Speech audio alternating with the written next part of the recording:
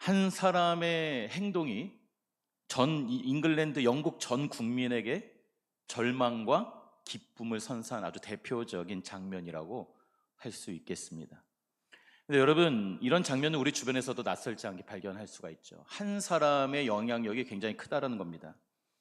가정에서는요, 부모의 결정 하나가 자녀의 삶을 크게 바꾸기도 합니다.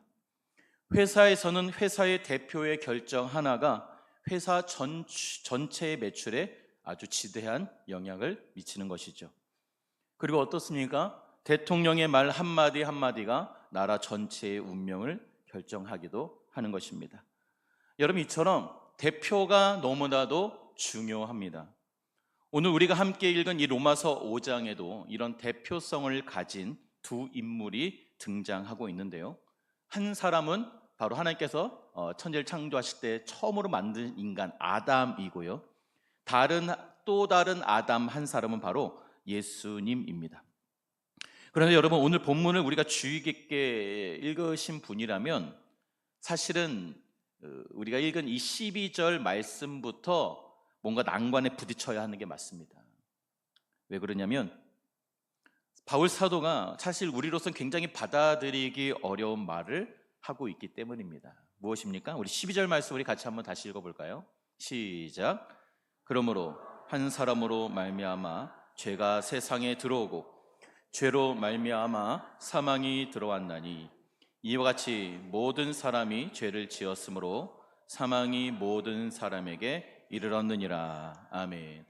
첫 번째 의문은 무엇입니까? 아니, 내가 한 번도 만나본 적이 없는 이 아담이라는 이 사람 때문에 자기가 지은 죄는 뭐 자기가 책임지는 거 아니겠어요? 그런데 왜 아담이 지은 죄를 나까지도 떠안아서 나도 죽게 되었냐는 거예요. 나는 아담을 한 번도 본 적이 없는데 왜 그 사람이 죄를 지은 것을 나도 떠안아서 나도 죄인이 되어 죽게 되었냐는 것이죠. 이것에 대한 의문이 있어야 되는 겁니다. 여러분, 우리 기독교에서는 이 모든 인간은 바로 첫 번째 사람 아담이 지은 이 죄, 이걸 뭐라고 그러죠? 원죄라고 하죠. 오리지널 신이라고 하는데요. 이 원죄로 인해서 태어나면서부터 어떻게 됩니까? 죄와 죽음이라는 이 저주로 우리 인생이 시작이 되는 것입니다. 너무 억울하지 않냐는 거죠. 아니, 무슨 아이가 태어나자마자 무슨 죄를 짓겠어요? 그런데 죄인이라는 거예요. 왜요? 누구 때문에? 아담 때문에. 아니, 도대체 아담이 무엇이길래 내가 이런 억울한 일을 당해야 되는 것이냐? 그리고 두 번째 의문은 무엇입니까? 우리가 아담 하면 하나님께서 처음 만드신 인간이 그 아담을 우리가 쉽게 떠올릴 수 있지만 바로 두 번째 아담이 있었다는 거죠. 그리고 고린도전서에 보면은 이 두 번째 아담을 마지막 아담이라고 표현하고 있는데요. 그 두 번째 아담이 누굽니까? 바로 예수 그리스도이십니다. 그러면 왜 예수님을 두 번째 아담이라고 부르는지 궁금해해야 한다는 것이죠. 바로 여러분, 이 두 가지 의문을 가지고 오늘 설교가 시작이 되는데요. 여러분, 오늘 이 두 아담의 이야기를 통해서 죄와 죽음과 구원에 대한 궁금증이 해소되어 이 구원의 확신 가운데 흔들리지 않는 믿음의 소유자들이 되시기를 주님의 이름으로 축복합니다. 아멘. 먼저 첫 번째 아담 이야기 시작하겠습니다. 아니, 아담이 죄를 지은 거는 이미 수천 년 전의 일인데 왜 그 한 사람이 지은 죄의 결과가 지금 나에게까지 영향을 주고 있는가? 이것이 사실은 우리 너무나 그냥 당연하다는 듯이 받아들였지만 사실은 궁금해해야 하는 것이 맞죠. 아주 현실적인 질문입니다.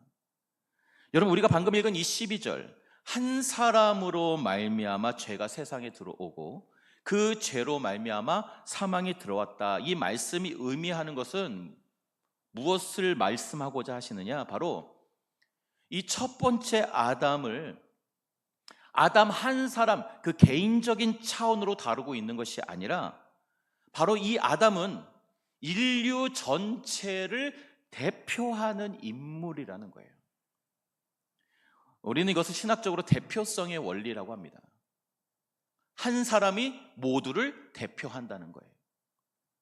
즉 한 사람이 모두를 대표하는 것과 마찬가지로 한 사람의 선택이 그 개인의 차원을 넘어서서 공동체 전체에 영향을 미치듯이 인류 전체를 대표하는 이 아담의 불순종은, 죄는 그와 연합된 모든 인류에게 죄와 사망의 결과를 가져오는 것이 되었다는 겁니다. 여러분 아시다시피, 여러분 1986년 그 소련의 체르노빌 원자력 발전소에서 폭발 사고가 일어났었죠. 뭐 여러 가지 설이 있지만 좀 유력하게 좀 요즘 떠오르는 것은 뭐냐면, 한 기술자가 뭐 제가 이 시간 다 설명할 수는 없지만 한번 이렇게 해보면 좀 1분 정도를 아낄 수 있지 않을까 해서 무모한 실험을 시도하다가 1분을 아끼려고 실험을 하다가 원자력 발전소가 폭발해 버렸습니다. 그리고 그 영향은요, 그 지역 주민들뿐만 아니라 전 유럽에까지 미치게 되었습니다. 그런데 여러분, 이 피해를 받은 그 지역 주민들은 그 원자력 발전소에서 무슨 일이 일어나고 있는지 알았을까요? 몰랐을까요? 전혀 몰랐습니다. 심지어는요, 며칠이 지나도 대피하라는 방송조차 제대로 하지 않았어요. 이 발전소에서, 원자력 발전소에서 무슨 일이 있는지 전혀 알지 못했고 아무런 상관이 없었던 그 지역의 수많은 사람들이요, 이 기술자 한 사람 때문에 방사능에 피폭되었고 아직도 그 피해가, 그 흔적들이 남아 있습니다. 여러분, 이것은 무엇을 뜻합니까? 나하고는 전혀 상관없는 일이었지만 한 사람의 잘못된 행동이, 그 잘못된 행동의 결과가 나에게까지 영향이 미친다라는 거예요. 여러분, 아담의 죄도 마찬가지입니다. 아담은 단순히 첫 번째 인간이 아니라 하나님께서 인류 전체를 대표하도록 세우신 존재라는 거예요. 즉 그는 하나님과 인류를 잇는 언약의 대표자였던 것입니다.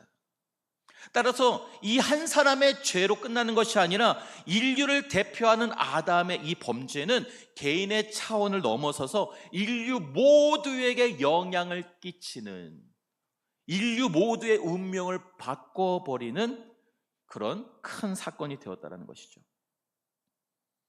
여러분 어떠세요? 좀 이해가 되십니까? 아직 안 되세요?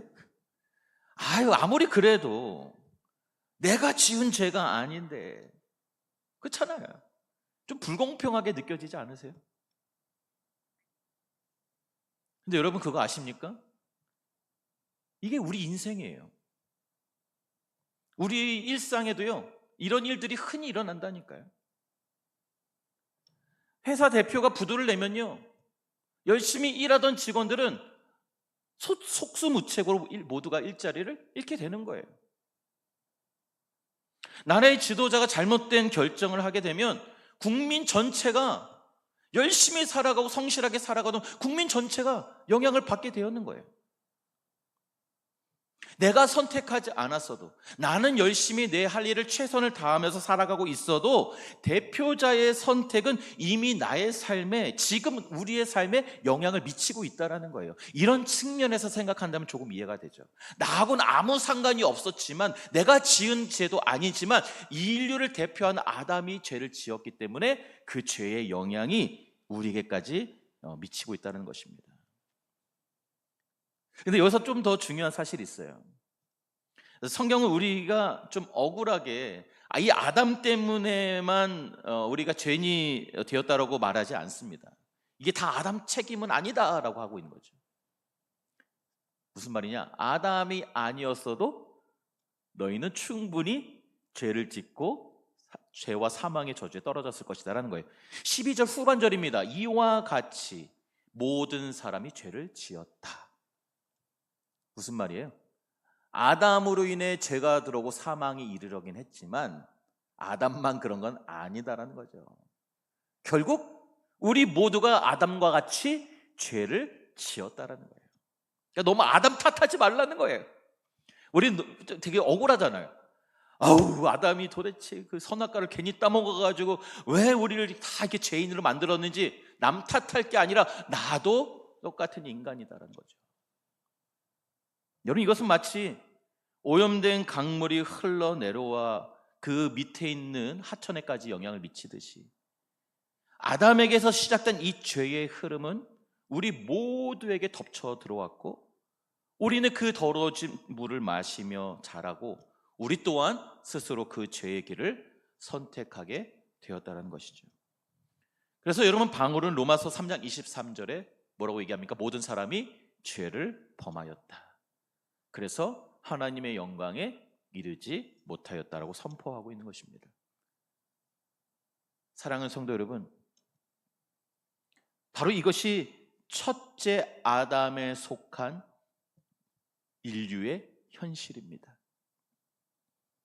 아담의 죄가 우리에게까지 영향을 미친 이유는 그가 인류 전체의 대표였고, 우리 또한 그 첫째 아담의 그 그룹에 속해 그 길을 따라가고 있기 때문입니다. 이것이 아담에 속한 인류의 운명이라는 것입니다. 내가 아무리 잘하고 아무리 열심히 살아도 내가 그 그룹에 속해 있으면 그 대표의 영향 아래 있다. 여러분, 그렇다면 이 죄와 사망의 굴레에서 벗어날 길은 없는가?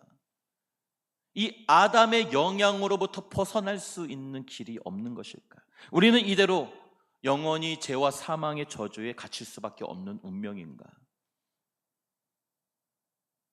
바로 이런 인류의 운명을 불쌍히 여기신 하나님께서 다른 아담을 보내시는데요, 바로 두 번째 아담 이야기가 시작됩니다.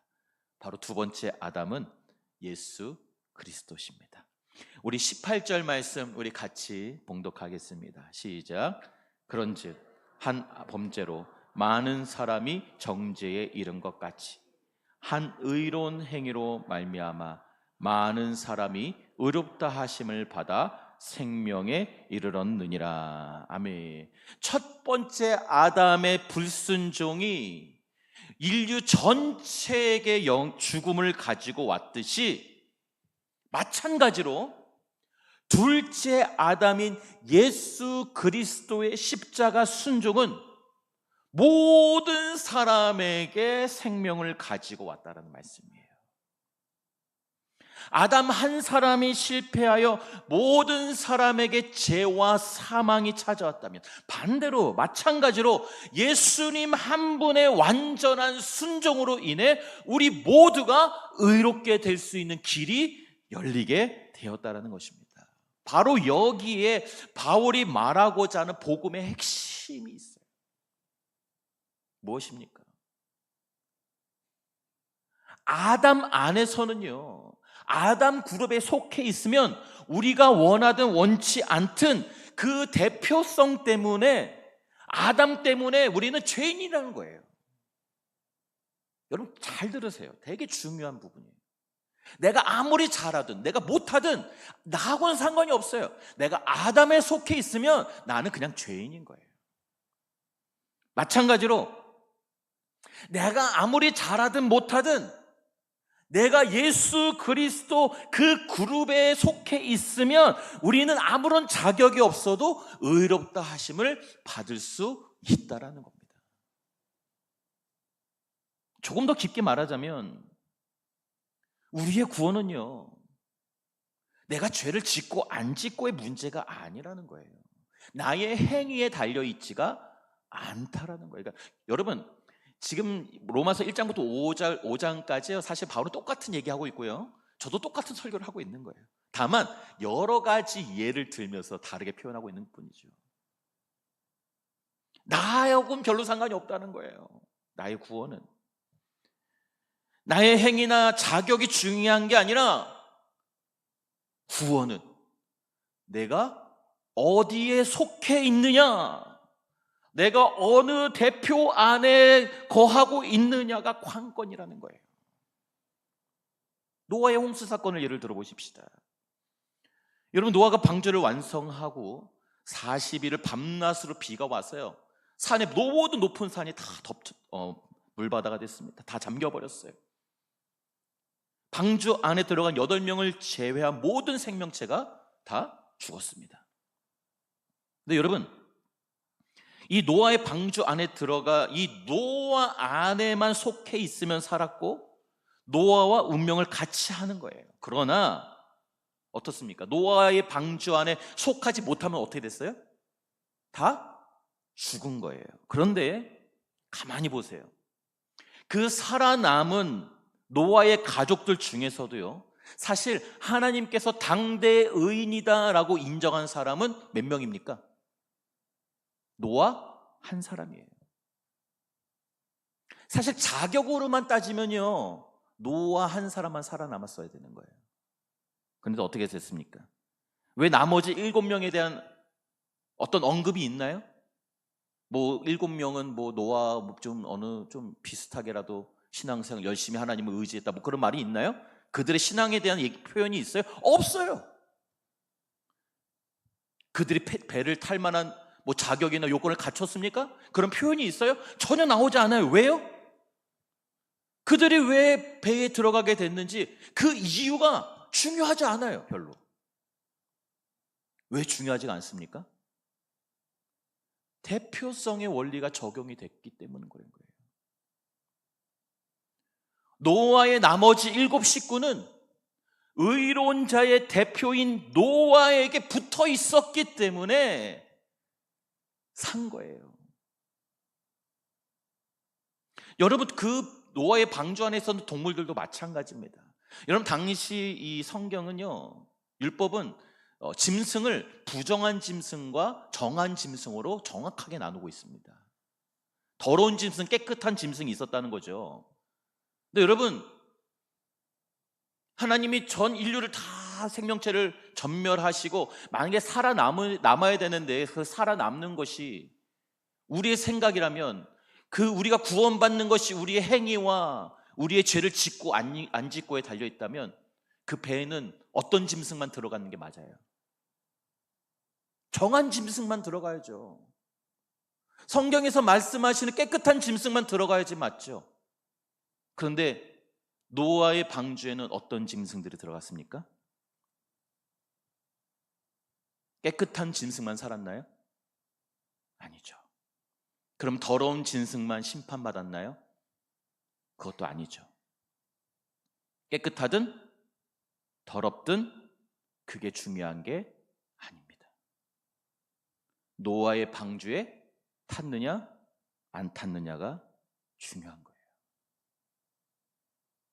여러분, 이게 바로 은혜라는 것입니다. 근데 이런 얘기하면요, 우리는 늘 어느 쪽으로 생각합니까? 나는 깨끗한 쪽을 생각하죠. 나하고 별로 상관없는 얘기라고 생각해서 은혜라고 별로 감동이 별로 없으신 것 같아요. 당대 의인은 노아 한 사람밖에 없었다니까요. 나는 사실은 그 배에 타지 못해서 절규하며 살려달라고 외치는 거기에 속해 수밖에 없는 사람이라는 거예요. 근데 내가 살아남을 수 있었던 것은 내가 그 배 안에 탔기 때문인 것입니다. 이것이 은혜라는 거예요. 사실 나는 방주에 탈 만한 어떤 의로움이라고는 눈꼽만치도 없지만 단지 그 배에 탔다는 이유만으로 살아남았다는 것입니다. 마찬가지로 여러분, 구원받을 만한, 내가 하나님으로부터 어떤 사랑을 받을 만한 어떠한 자격도 갖추지 못했지만, 여러분, 자격을 갖추기는커녕 하나님과 원수된 자예요. 하나님과 원수예요. 하지만 그럼에도 불구하고 우리가 아직 죄인이었음에도 불구하고 그런 나를 대표해 십자가에서 죽으신 그 예수님의 순종 때문에 우리가 살게 된 것입니다. 이것이 은혜예요. 이것이 예수님 덕을 보는 것입니다.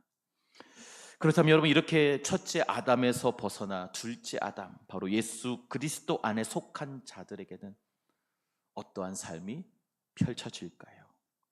우리 로마서 5장 17절 말씀 같이 읽겠습니다. 시작. 한 사람의 범죄로 말미암아 사망이 그 한 사람을 통하여 왕노릇하였은지 더욱 은혜와 의의 선물을 넘치게 받은 자들은 한 분 예수 그리스도를 통하여 생명 안에서 왕노릇하리로다. 아멘.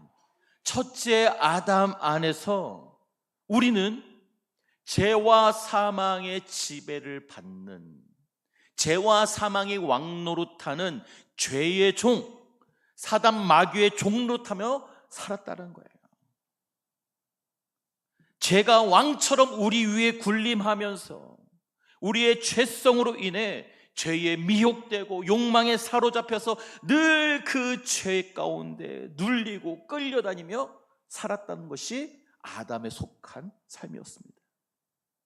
그러나 이제 우리 주 예수 그리스도 안에 있는 사람은 새로운 신분을 부여받은 거예요. 새로운 운명이 시작되는 것입니다. 이제는 너는 죄의 종이 아니라 은혜 안에서 생명을 다스리는 자가 되었다라는 거예요. 여기서 왕노릇한다고 하니까 오해를 많이 하시는데 우리가 왕이 된다는 얘기가 아닙니다. 높은 자리에 오른다는 뜻이 아니라 지배한다는 뜻이에요. 지배. 즉 이제는 죄와 사망이 내 삶의 주인이 아니라 이제 예수 그리스도, 그 우리를 대표하는, 우리에게 생명의 길을 열어주시는 그 예수 그리스도 안에 속한 자들은 그 예수 안에서 그 은혜가 내 삶을 지배하고 그 은혜 안에서 나는 자유롭고 당당하고 떳떳하게 자랑스럽게 행복하게 살아가는 존재가 되었다라는 것입니다. 방금도 말씀드렸지만 로마서 1장부터 5장까지는 사도 바울은 똑같은 이야기를 여러 가지 비유를 통해 말하고 있습니다. 무엇입니까? 구원은 내가 잘하고 못하고의 문제가 아니라는 거예요. 내가 죄를 짓고 죄를 안 짓고의 행위의 문제가 아니라 구원은 예수님의 십자가 순종을 믿음으로 내가 받아 예수 안에 속했냐 속하지 못했느냐의 문제라는 것입니다. 결론입니다. 미국이 남북전쟁이 끝나고 얼마 지나지 않아 미국 남부의 한 마을 묘지에 특이한 비석 하나가 세워져 있었는데요. 이 비석에는 특이하게도 이름 대신 여러 글귀가 새겨져 있었습니다. 이런 글귀가 새겨져 있었어요. His death gave me life. 직역하면 그의 죽음으로 내가 살았다. 그래서 이게 무슨 비석인가 수소문해서 알아봤더니 사연이 있었던 거죠. 무슨 사연입니까? 전쟁 중에 한 청년이 이제 추첨을 했는데 자신이 뽑혀서 전쟁에 나가야 했어요. 그래서 난 이제 죽었구나 싶었는데 아무리 기다려도 소식이 안 오는 거죠. 행정적인 착오가 있었던 거예요. 그래서 자기 대신 자기 친구가 참전하게 된 거예요. 어떡합니까? 뭐 내가 가겠다고 할 수도 없고. 원래는 내가 가야 되는데 뭐가 잘못돼가지고 내 친구가 가게 된 거죠. 그리고 그 친구가 참전하게 되었고 결국 전사했다고 합니다. 그렇게 이렇게 살아남은 이 청년이 얼마나 미안하고 한편으로 고마웠겠어요. 그래서 평생을 이렇게 고백하며 살았다는 거예요. 나는 내 친구 안에 살아가는 사람이다. His death gave me life. 그의 죽음으로 내가 살았다. 사랑하는 성도 여러분, 당신은 지금 어디에 속해 있으십니까?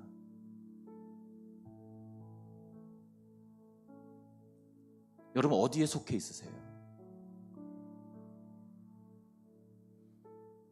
여러분 우리의 인생의 무게가 아무리 나를 짓눌러도요,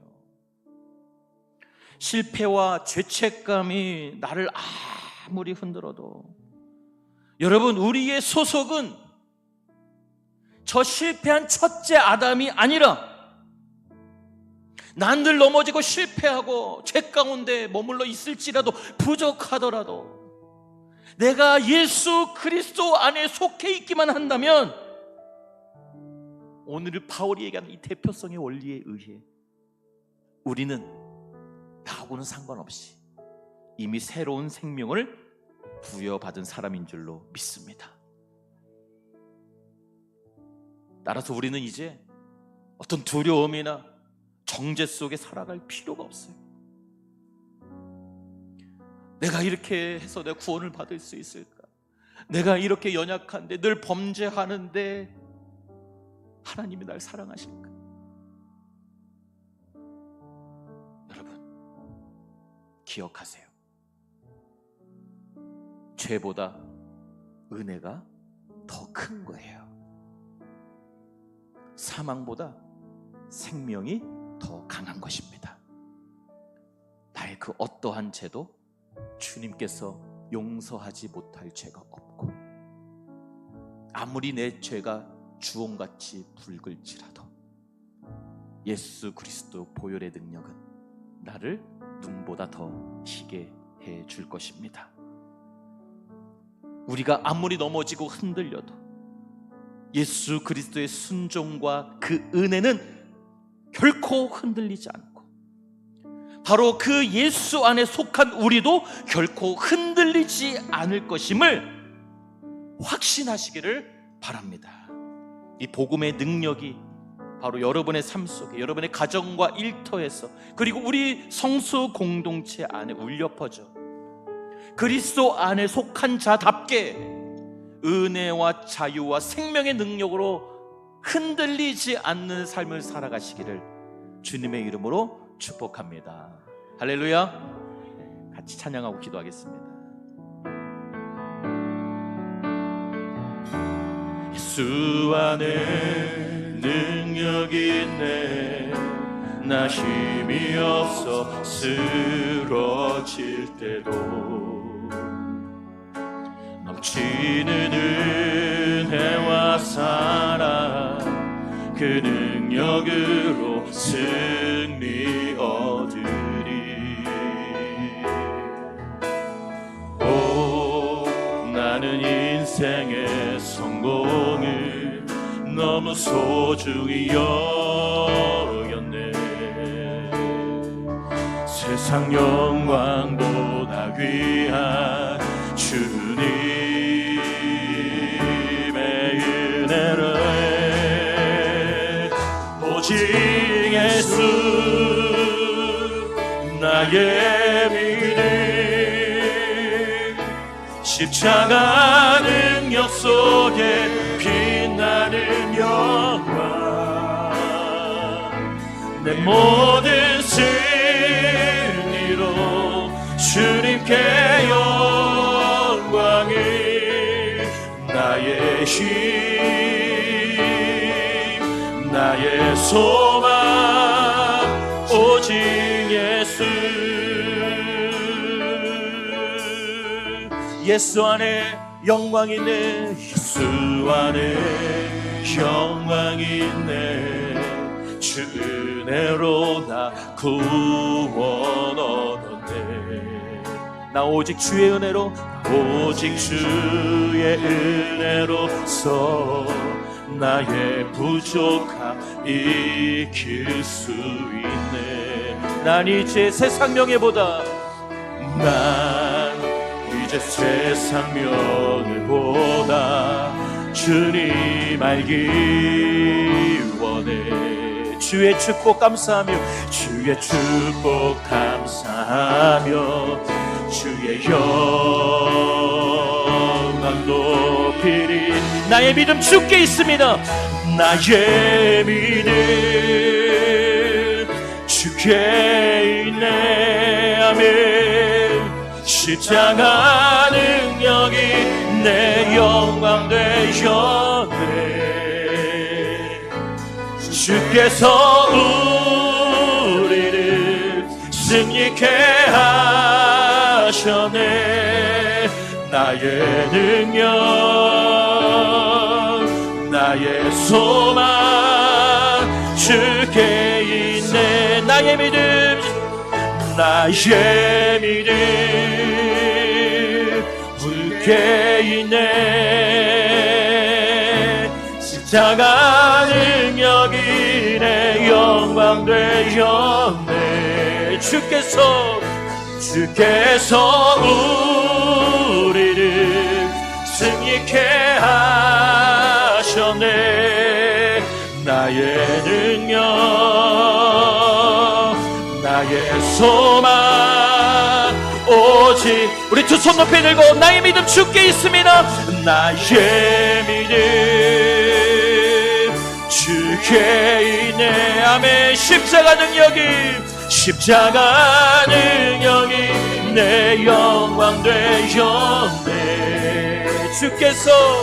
주께서 우리를 승리케 하셨네.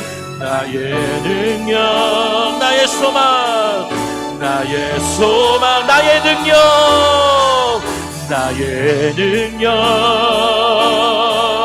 나의 한 번 더 나의 능력, 나의 소망, 나의 능력, 나의 소망 주님 예수. 이 시간 우리 말씀을 기억하며 기도합시다. 주여, 비록 나의 삶이 여전히 죄의 습관과 연약함과 흔들림과 두려움 가운데 묶여있지만 이제 오늘 말씀처럼 예수 안에 속한 자로 그 모든 정죄와 의심으로부터 자유케 되었음을 선포합니다. 이제 이 복음이 내 마음에 자리 잡게 하시고 이제는 죄의 종이 아닌 오직 주께서 주시는 자유와 생명이 내 삶을 다스리게 하여 주시옵소서. 십자가 부활의 능력으로 승리하는 삶을 살게 하여 주시옵소서. 우리 말씀을 의지하여 주여 외치고 기도하겠습니다. 주여. 오 하나님 감사합니다. 주님 찬양합니다. 주여, 우리가 아버지 하나님 첫째 아담 아버지 하나님 그의 죄악과 그의 죄와 저주 아래 아버지 하나님 죽을 수밖에 없는 운명이었지만 그런 우리를 불쌍히 여겨셔서 둘째 아담인 예수 그리스도를 이 땅에 보내셔서 우리를 그 죄와 사망의 저주로부터 건져내 주시고 아버지 그저 주님께 속해 있기만 하면 그저 주님께 붙어 있기만 하면 아버지 하나님 살게 되는 줄로 믿습니다. 아버지 나는 포도나무여 너희는 가지니 아버지 너가 내 안에 붙어있기만 하면 너희가 살 것이다. 아버지 주님께 붙어있게 하여 주시옵소서. 나는 연약하지 나는 부족하지만 늘 여전히 죄의 습관과 믿음의 연약함 가운데 세상 분주의 휩쓸리며 늘 흔들리고 늘 범죄하고 아버지 늘 지금도 연약함 가운데 있지만 그럼에도 아버지 내가 주님 당당하게 주님 앞에 나갈 수 있는 것은 내가 예수 안에 속한 자로 아버지 하나님이여 주님께서 나의 죄를 모든 정죄를 사라지게 하셨고 모든 연약함으로부터 나를 건져주셨음을 믿기 때문입니다. 이 믿음이 이 놀란 은혜가 우리 안에 자리 잡게 하여 주시옵소서. 이제 예수께 속한 자로서 이제 나의 믿음이 주님께 있음을 고백하며 아버지 하나님 주님 예수 그리스도 나를 위해 십자가를 지시고 나의 모든 죄를 용서하시 그 예수 안에 붙어있게 하여 주시옵소서. 아버지 감사합니다. 나를 아버지 안에 모든 죄의 정죄로부터 자유케 하셨음을 찬양합니다. 아버지 이제는 주 안에 평안을 누리게 하시고 아버지 자유함을 누리게 하여 주시옵소서. 주님 감사와 찬양을 올려드리며 예수 그리스도의 이름으로 기도하옵나이다. 주여, 우린 스스로의 힘으로는 결코 벗어날 수 없는 죄와 사망의 굴레 속에 있었음을 고백합니다. 그러나 예수 그리스도 십자가 은혜로 우리의 죄를 담당하시고 부활하심으로 우리에게 생명의 길을 열어주신 주님의 놀라운 은혜와 사랑에 감사와 찬양을 올려드립니다. 비록 우리는 여전히 죄의 습관에 넘어지고 두려움에 흔들릴 때가 많지만 오늘 말씀의 이 대표성의 원리처럼 이제는 예수 안에 속한 자로 그 은혜 아래서 생명으로 담대하게 자유함으로 살아가게 하여 주시옵소서. 가정에서, 직장에서, 교회 공동체 안에서 나의 삶이 은혜의 통치 아래 있음을 증거하게 하시고 나의 말과 행동과 관계 속에서 이 복음의 향기가 흘러가게 하여 주시옵소서. 나를 구원하신, 우리를 구원하신 주님의 은혜가 우리 안에만 머무는 것이 아니라 우리의 자녀와 이웃과 공동체를 살리는 능력으로 나타나게 하여 주시옵소서. 이 시간 주의 성도들의 아픈 곳에 믿음으로 손을 얹고 기도합니다. 여호와 라파, 나는 너를 치료하는 여호와라. 내가 채찍에 맞음으로 너희가 나음을 입었도다.